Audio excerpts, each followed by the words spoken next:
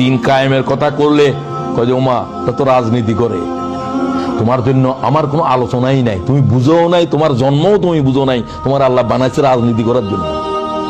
ইন্নী জাইলুন feel আরদে, খেলাফত itself a political word. তুমি রাজনীতি জানো না? তোমার কোন জিনে পয়দাশ দিছে? তোমার কোন মালাইকায় পয়দাশ দিছে? তোমার তো বানানো হয়েছে খেলাফতের জন্য।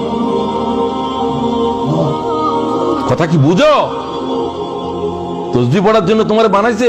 ফেরেশতারা বলছিল তো আল্লাহ আমরা তো তসবিহ পড়ি, নাহনু নুসাব্বিহু বিহামদিকা ওয়া নুকাদ্দিসু লাক, ক্বালা ইন্নী আ'লামু মা লা তা'লামুন। তোদের কোনো আকল নাই। সুবহানাল্লাহ।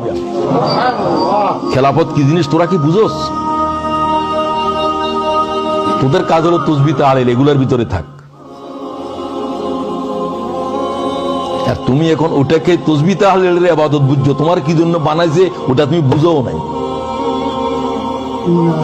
আমাদের এমন একজন ইমাম লাগবে যেটা রাজনীতি করে না, এর পিছনে নামাজই হবে না। নামাজ হবে না বলছি আমি। সে তো আসাধ্যতর তার জাহেল। ঈসা আলাইহিস সালাম আসে শুধু বলবেন যে যুদ্ধের জন্য তৈয়ার হও, এই প্রথম লফজ।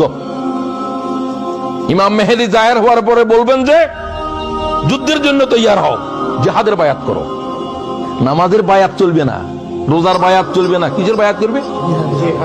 ইমাম মেহেদী আসি জিহাদের বায়াত করে। ঈসা আলাইহিস সালাম নামাজের সালাম ফিরাবেন, আসরের নামাজে দাঁড়াবেন, বলবো যে তোমরা যুদ্ধের বায়াত করো, দাজ্জাল কোথায় আছে?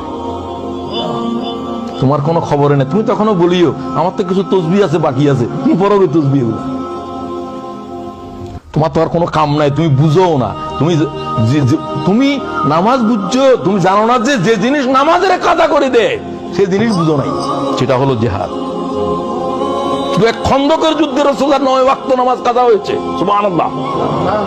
তুমি নামাজ বুঝছো, নামাজের মুলতবি করে দিয়েছে সেটা বুঝছো? তুমি তোমার মৌতের আগেও বুঝতে না। তুমি তোমার নিজের ধারণা যে তুমি বুঝে ফেলছো, তোমার চিকিৎসা নাই। হাকিমকে জিজ্ঞাসা করে কার চিকিৎসা নাই? সবাই তো চিকিৎসা আছে, তবে যে রোগী মনে করে যে আমার রোগ নাই এর চিকিৎসা নাই।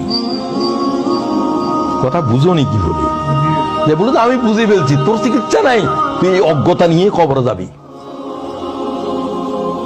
চিকিৎসা তার আছে মনে করে আমাকে আরো জানতে হবে, আমি তো কিছুই জানি না, তোমার জন্য জানার আছে। আজীব বিষয় চলছে উম্মতের উপরে।